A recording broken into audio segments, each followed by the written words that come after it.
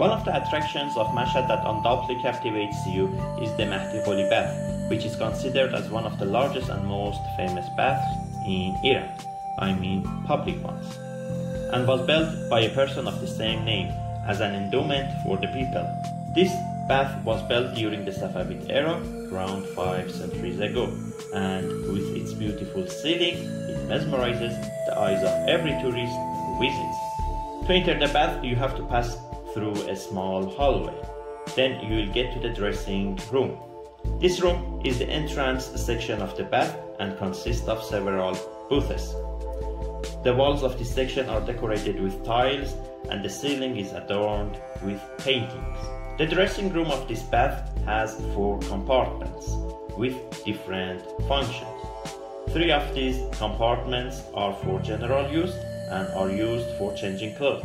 However, the 4th is the royal chamber, which was exclusive to the nobility and differs from the other 3 compartments in terms of size and lighting, making it completely unique and special.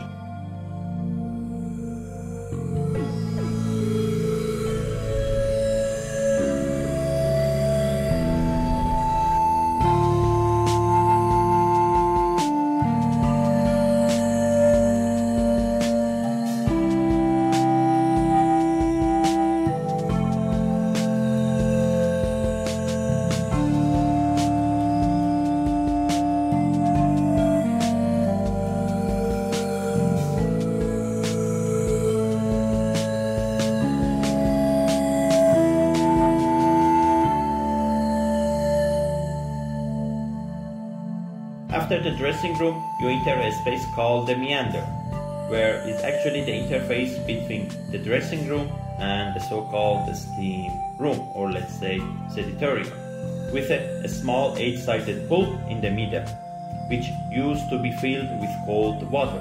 People had to wash their feet in this water before entering the dressing room. This action would slightly reduce the overall body temperature. This is the main washing area. It's a square space with 4 columns and a domed ceiling.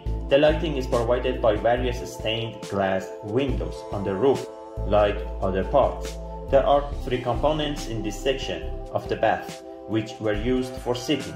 The main space of this room was for regular people, and the private section was reserved for the disabled and people suffering from contagious diseases who used a special window to get hot water.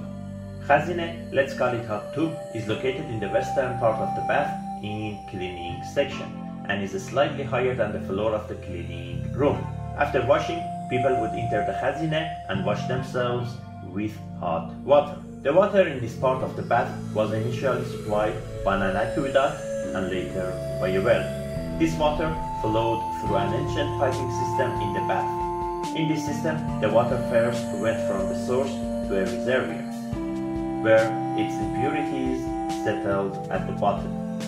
Then the clean water entered the hot tube and it was heated in the copper pots at the bottom of the tube. Finally, the heated water was distributed to various sections of the bath. Atashkhane was behind the khazine and provided heat of the bath. The person in charge of this section was called tuntab. He had to prepare firewood, thorns, animal waste and other flammable materials to make a fire in this part of the bath. The heat and smoke generated were transferred to the outside of the bath through channels all over bath, and this system heated the floor and walls of the bath during the smoke removal. Finally, it should be noted that some ashes always remained in the channels of the system, and they were sometimes used as cleaning agents or in the construction of sarouj mortar. Here is below the hot tub, where the fire was ignited to heat water. Last section is this pool, which was used for entertaining and swimming after taking bath.